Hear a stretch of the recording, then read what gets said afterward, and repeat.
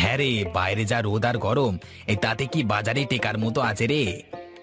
তা যা বলেছো দাদা, কিন্তু কি আর করব, আমার তো বাজারে যেতেই হবে। ওরা কি দিয়ে কি করছে কে জানে। না রে, দাঁড়িয়ে থাকতেও কেমন যেন কষ্ট হচ্ছে বুঝলি।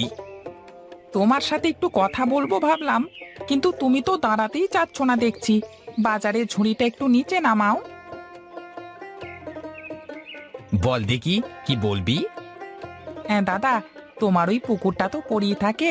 আমি বলি কি, তুমি পুকুরটা বন্ধক দিয়ে দাও না গো। না না, আমি আমার পুকুর বন্ধক রাখবো না। আর তাছাড়া নিজের পুকুর অন্যের কাছে দিয়ে আমি কি করব বল দেখি।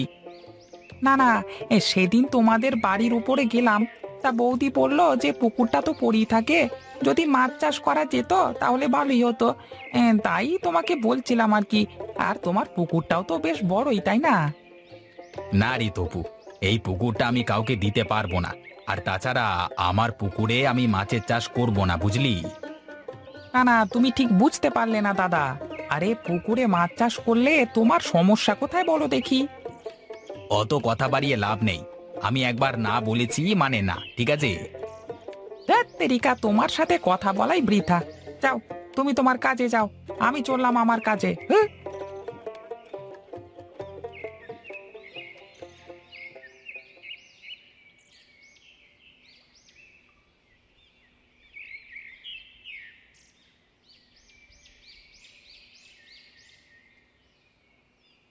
কি রে মা, তুই একা একা এখানে বসে কি করিস?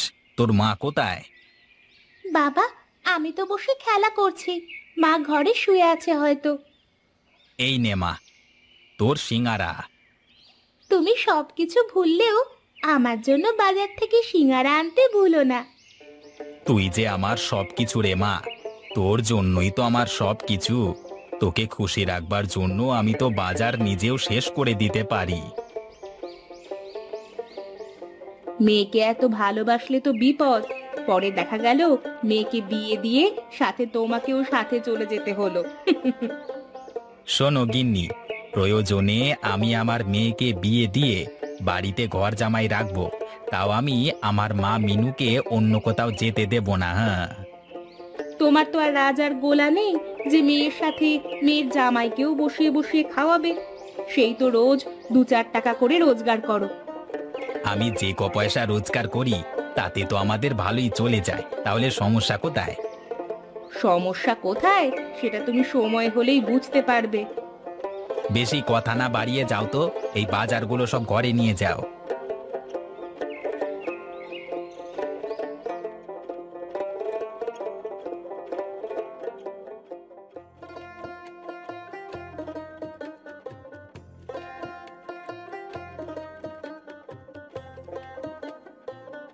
এত সময় লাগলো তোর আসতে আসতে?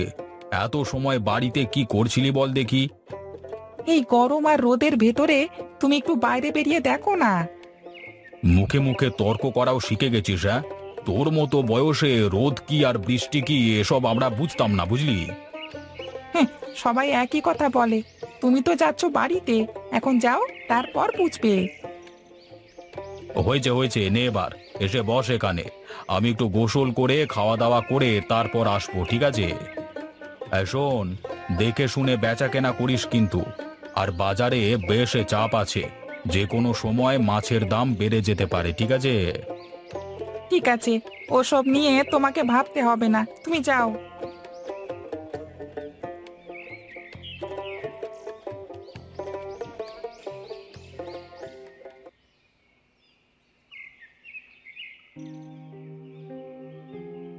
কিরে, একটু জোরে জোরে টেপ না। এমন ভাবে পা টিপছিস মনে হচ্ছে ভাত মাছ কিছুই খাস নে, গায়ে জোর নেই।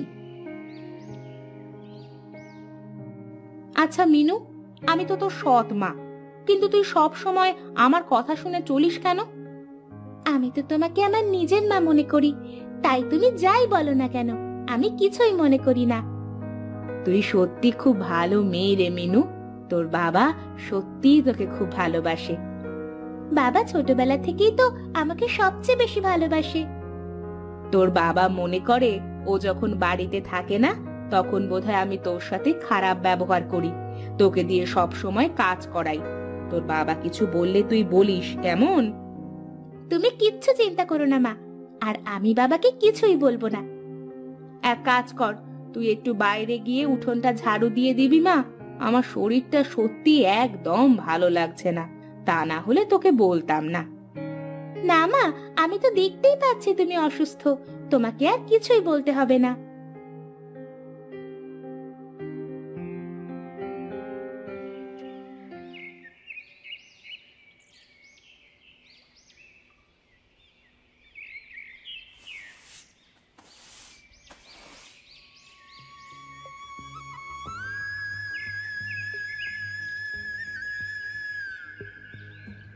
বাড়িতে কে আছো? আমাকে এক গ্লাস জল দেবে?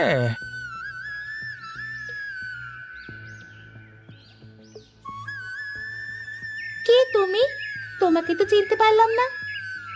আমাকে তুমি চিনবে না মা, আমি দুদিন ধরে কিছুই খাইনি। আমাকে কিছু খেতে দেবে, না হয় এক গ্লাস জল দিলেও হবে।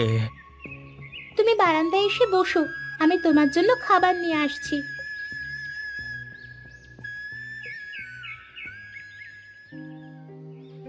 এখনই আবার খিদে লেগে গেল নাকি রে তোর? মাত্রই তো দেখলাম সিঙ্গারা খাচ্ছিলি। আমার জন্য খাবার পাচ্ছি না মা, একজন বৃদ্ধ মানুষ খাবার খেতে চাচ্ছে, তাই তো আমি তাকে কিছু খাবার দিচ্ছি। ঘরে এমনিতেই টানাটানি, তার ওপর আবার এত মহান হলে তো দুদিন পরে ঘর বাড়িও বিক্রি করে চলবে না। আমি দরকার হলে দুপুরে না খেয়ে থাকবো মা, কিন্তু ওনাকে এক মুঠ খেতে দিই। তাহলে ঠিক আছে, তোর ভাগের খাবার তুই যাকে ইচ্ছে তাকেই খাওয়াতে পারিস।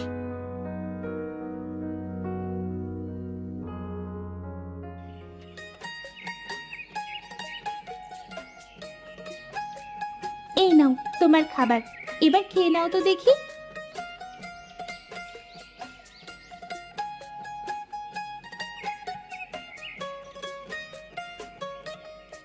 এভাবে তাকিয়ে কি দেখছিস রে মা?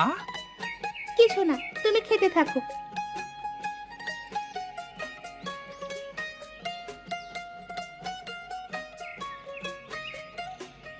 আসলে দুদিন হলো কিছুই খাইনি তো, তাই খিদেটা একটু বেশি পেয়েছে। তোমার বাড়িতে কেউ নেই? বাড়ি তো নেই, তো বাড়ির লোক থাকবে কি করে?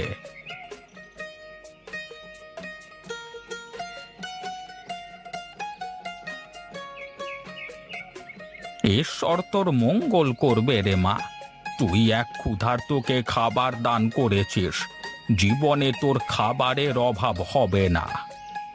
আমার এমনিতেও কিছুর অভাব নেই, শুধু আমার মা নেই আমার সাথে। তুমি কি করে জানলে যে আমার সিঙ্গারা পছন্দ? আমি জেনেছি ওই আর কি। কিন্তু তুমি না খেয়ে আমাকে দিলে কেন? এই সিঙ্গারাটা না খেয়ে রেখে দিস রে মা, এটা তোর বিপদের সময় কাজে দেবে। কি বলছো গো তুমি? সত্যি বলছো তুমি?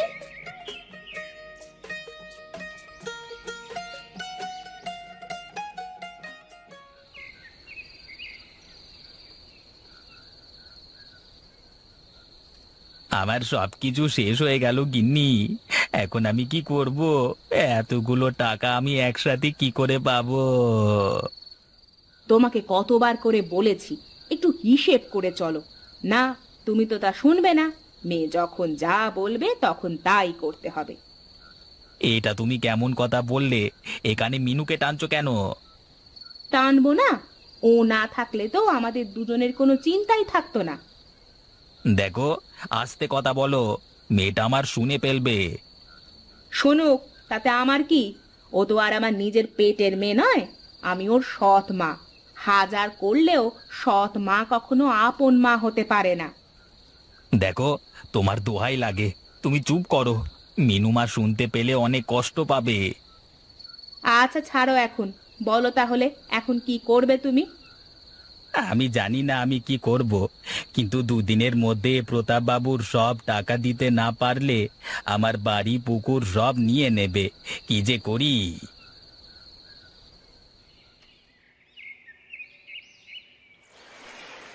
বুড়োটা বলেছিল এই লাল সিঙ্গারা নাকি আমার বিপদের সময় কাজে লাগবে, কিন্তু কিভাবে? মিনু, ও মিনু, বলো তোমার কি হয়েছে? আমরা তোমাকে কিভাবে সাহায্য করতে পারি? এ কি, তোমরা কথা বলতে পারো? হ্যাঁ, আমরা কথা বলতে পারি। শুধু কথা বলতে না, আমরা আরো অনেক কিছুই করতে পারি। এখন বলো, আমরা তোমাকে কিভাবে সাহায্য করতে পারি?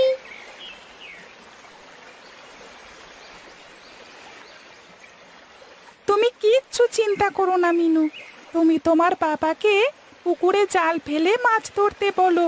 পুকুর থেকে যে মাছ পাবে তাতে করে সারা জীবন চলে যাবে। সত্যি বলছো তুমি?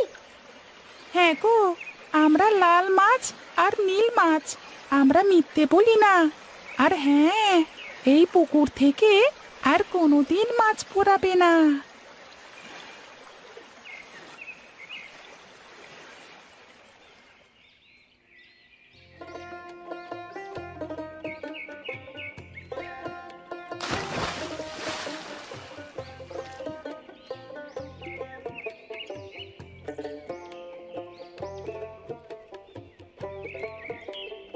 পুকুরে এত মাছ, আমার তো বিশ্বাসই হচ্ছে না। হ্যাঁ গো গিন্নি, আমার তো বিশ্বাস হচ্ছে না, কিন্তু কি করব বলো, নিজের চোখকে তো আর অবিশ্বাস করতে পারি না। এখন থেকে এই পুকুরের মাছ আর কখনো ফুরবে না বাবা। আমরা যত ইচ্ছে মাছ এই পুকুর থেকেই ধরতে পারবো। কি রে ফটিক, আমার টাকার ব্যবস্থা করেছিস? দাদা, এই তো মাছ ধরছি, মাছগুলো বিক্রি করে তোমার সব টাকা দিয়ে দেব। আরে বাস, এ তো দেখি বেশ বড় বড় মাছ।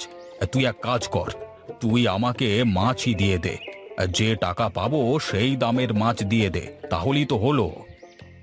বেশ, তাহলে তুমি এই মাছগুলো নিয়ে নাও।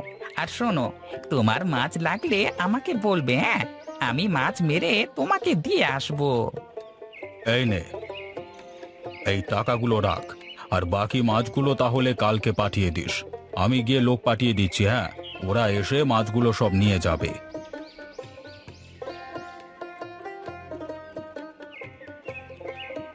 তোকে যে কি বলে ধন্যবাদ জানাবো রে মা, তোর জন্য আজকে আমার মান সম্মান রক্ষা পেল। টাকাগুলো রাখ মা, আর তোরা বাড়ির ভেতরে যা, আমি মাছগুলো ধরে দিয়ে আসি।